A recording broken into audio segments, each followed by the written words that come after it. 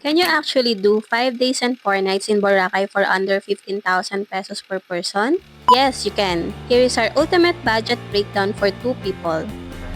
Wake up, today's gonna be a good day. Wake up, today's gonna be a good day. Wake up, today's gonna be a good day. Wake up, today's gonna be a good day. Wake up, today's gonna be a good day. Wake up, today's gonna be a good day. Wake up, today's gonna be a good day.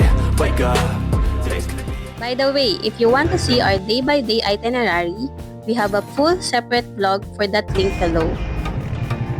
Boracay is definitely one of the most beautiful islands in the world. Pero let's be honest, medyo masakit din sa bulsa kung hindi ka magpa-plan.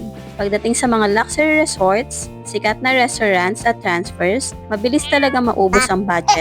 Pero what if sabihin ko sa inyo na pwedeng-pwede ninyong ma-experience ang best of Boracay, including nice resorts, viral food spots, and flights for less than 15,000 pesos per person. Yes, totoong-totoo yan. Kakarating lang namin galing sa isang super saya na 5-day 4-night Boracay getaway. At tinrack talaga namin ang bawat sentavo. Today, i-reveal namin sa inyo ang buong budget breakdown namin na 29,946.85 pesos para sa dalawang tao. Bago tayo mag-start, quick heads up lang. Para maging focus lang tayo sa budget ngayon, gumawa kami ng magkakahiwalay na vlogs para sa inyo. Kung gusto nyo makita ang full step-by-step daily itinerary, deep dive food tour ng lahat ng kinainan namin, o kaya detailed hotel tours, ang links ay nasa description box sa ibaba. Pero for now, usapang budget muna tayo. Kumuha muna kayo ng snacks, mag-subscribe na kayo kung hindi pa, and let's get into the breakdown. Simulan natin sa phase 1, kung paano makarating doon. Airfare ang pinakamalaking wildcard kapag nagpa-plan ng Boracay trip. Kapag last minute ka nag-book, pwedeng maubos agad ang buong budget mo doon pa lang. Buti na lang, we plan ahead at nakakuha kami ng round-trip flights to Caticlan for only 4,762.64. Para na yun sa aming dalawa. Bali, pumapatak lang na around 2,381 pesos per person. Pro tip, kung gusto ninyo ng murang flights, iwasan nyo mag-book ng weekend departures. Mag-abang ng seat sale at mag-travel light para hindi na kailangan magbayad ng extra baggage fee. Ngayon, paglapag nyo sa Caticlan Airport, may dalawang options kayo. Pwedeng mag-book ng all-in private transfer na super convenient pero medyo pricey, o kaya naman gawin ninyo ang ginawa namin, ang DIY transit route. Sobrang dali lang nito at malaki talaga ang matitipid nyo. Ito ang naging transfers namin papuntang Boracay for 2 people. Una, lumabas kami ng airport at sumakay ng tricycle papuntang Tabon Port. Nagbayad lang kami ng 150 pesos para sa aming dalawa. Pagdating sa Tabon Port, pumunta kami sa counters para magbayad ng fees. Hindi tulad ng una na kailangan pang pumila sa magkakaibang counters. Mas streamline na ang process ngayon. Para sa dalawang tao, ang total na binayaran namin ay 690 pesos. Kasama na dito yung boat tickets, environmental fees at terminal fees. Pagtapos ng mabilis at napakasinik na 8-minute boat ride, nasa Boracay na kami. Mula naman sa Tambisaan. Tambisaan ba? Mula naman sa Tambisaan Port, sumakay kami ng isa pang e-trike diretso sa aming hotel. And we only paid a flat rate of 50 pesos for the two of us. So, ang total transportation expense namin mula Caticlan Airport hanggang hotel lobby, 890 pesos lang para sa dalawang tao. Napakadali, napakamura at masayang simula para sa aming vacation. Dito naman tayo sa accommodation. For this trip, we decided to use a strategy we love, ang double hotel strategy. Instead of booking just one hotel for all 4 nights, hinati namin ang stay namin. This way, na-enjoy namin ang luxury amenities sa simula, tapos lumipat kami sa isang smart budget-friendly boutique hotel sa huling gabi. Since mostly, packing na lang naman ang ginawa namin. For our first 3 nights, we wanted that classic premium Boracay resort vibe. Kaya nag-book kami sa Henan Park Resort. We paid 13,399 para sa 3 nights. And honestly, worth every single peso. Napakaganda ng resort. Super convenient ang location sa Station 2 at yung access sa pool nila ay sobrang nakaka-relax. Kung gusto nyong ma-experience ang Henan properties nang hindi sumasakit ang bulsa, 3 nights here is definitely the sweet spot. Para naman sa aming huling gabi, nag-check out kami sa Henan at lumipat sa Piccolo Hotel of Boracay. Nakuha lang namin ito sa halagang 2,159.49 para sa isang gabi. Piccolo is actually a fantastic, highly rated budget boutique hotel. Malinis ang mga kwarto, modern, cozy at napakalapit pa sa D-Mall at sa Station 2 beachfront. Dahil hinati namin ang stay namin, ang naging total accommodation cost namin for 4 nights ay 15,558.49 pesos for 2 people. Pumapatak lang na around 3,889 per night para sa isang trip na feeling high-end pero nananatiling pasok sa budget. Thank you, Henan Park, for upgrading our room. Kahit matipid kami. Again, kung gusto nyo ng room-by-room tour ng Henan Park at Piccolo Hotel, i-click nyo lang ang hotel tour vlog link sa description box below. At ngayon, dako naman tayo sa pinakamasayang part, ang pagkain. Hindi talaga namin tinipid ang sarili namin dito. We wanted to see kung kaya bang kainan ng pinakasikat at pinaka-viral na food spot sa island nang hindi nasisira ang aming budget. In total, nakagastos kami ng 7,505.72 pesos sa pagkain at drinks naming dalawa sa loob ng 5 days. At masasabi ko talagang busog na busog kami. Nagsimula kami sa masarap at flavorful na Mediterranean wrap sa Meza Wrap. Para naman sa pangpalamig sa beachfront, we got hooked on the fruit bowls of Mango Mama and Banana Mama. At syempre, hindi pwedeng mawala ang classic mango shake mula sa Jonas Fruit Shake.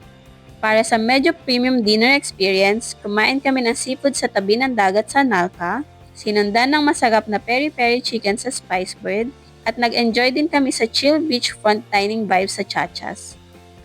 Pero hindi pa dyan nagtatapos. Sinubukan din namin ang sikat na super fluffy na shave ice sa Ice Flakes, na sa sobrang sarap, binilikan talaga namin para mag-round 2 sa ibang araw. Tinry rin namin ang iconic street food sa Chori Burger at nag-dessert sa Ube Mama. And of course, hindi kumpleto ang Boracay food trip kung hindi na-try ang The Sunny Side Cafe. Lahat na ng yan ay kasama sa total food bill namin na 7,505.72 pesos. Alam kong curious kayo kung magkano ang bawat plate at kung ano ang masasarap orderin. We film a separate Boracay food guide vlog kung saan binigay namin ang aming recommendation at pinakita ang menu prices. Panoorin nyo yun pagkatapos nito. Ngayon naman, paano ba kami nag-ikot-ikot sa iba't ibang food spots at beaches? Maganda na ang transport system sa Boracay ngayon. Ang isa sa pinakamagandang budget hacks na marirecommend ko ay ang pagbili ng one-day unlimited half-on half-off or HOHO bus pass. Nagkakahalaga lang ito ng 600 pesos total para sa aming dalawa. Gamit ang pass na ito, pwede kayong sumakay at bumaba sa kanilang air-conditioned shuttle bus ng only sa loob ng 24 hours. Super useful lalo na kung balak nyo mag-explore mula Station 1 hanggang Station 3. O kaya naman ay pumunta sa Puka Beach. Bukod sa HOHO bus pass, nagbayad lang kami ng extra 30 pesos sa isang local tricycle ride para makapunta diretso sa Sunnyside Cafe nung araw na hindi namin gamit ang bus pass. So ang local transport budget lang namin on the island is very low, 630 pesos. Sadly, all good things must come to an end. All good things must come to an end. On our 5th day, oras na para magpaalam sa beach at bumalik na sa reality. Ang pagbiyahe pabalik sa Akatiklan Airport mula sa aming hotel ay naging smooth din.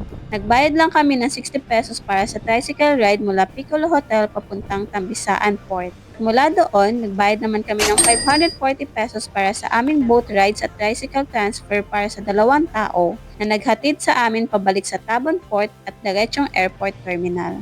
Kaya ang naging departure transit total namin ay eksaktong 600 pesos for 2. Ayan, i-compute na natin ang final math. Our flights are 4,762.64. Ang arrival transfer ay 890. Ang aming 4 nights of accommodation sa Henan Park at Piccolo Hotel ay may total na 15,558.49. Napakain kami ng masasarap na pagkain worth 7,505.72. Ang local transport ay 630 pesos at ang departure transfers naman ay 600 pesos. Bali, ang grand total para sa aming 5-day 4-night Boracay vacation ay eksaktong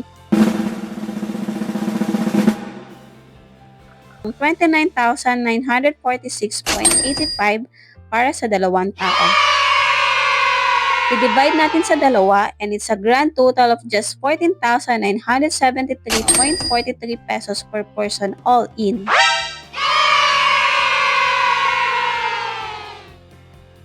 Patunay lang ito na hindi mo talaga kailangan gumastos ng pagkalaki-laking pera para magkaroon ng komportable, masaya at sobrang sarap na bakasyon sa Boracay.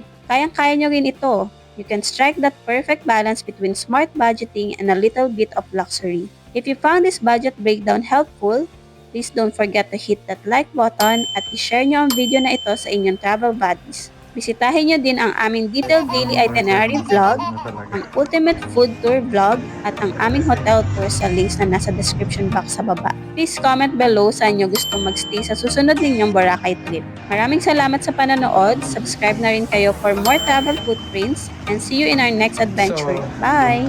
Seen a lot of change, been through a lot of pain. Some things are not the same as they were a year ago, but all will be okay. I move on each and every day. The past is where it stays, way back a year ago. I've changed for the better this time. I thought I would never be fine. I strive just to say I'm alright, and for the first time in a long time I'm alright. I've seen a lot of change, been through a lot of pain. Some things are not the same as they were a year ago, but all will be okay. I move on each and every day. The past is where it stays, way back a year ago.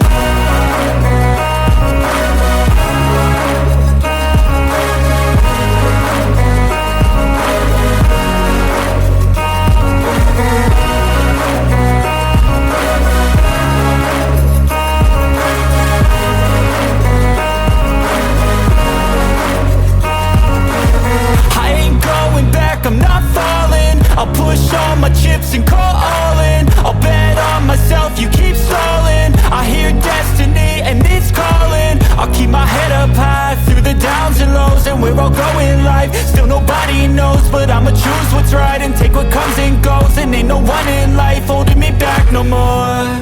I've seen a lot of change, been through a lot of pain. Some things are not the same as they were a year ago, but all will be okay. I move on each and every day. The past is where it stays, way back a year ago.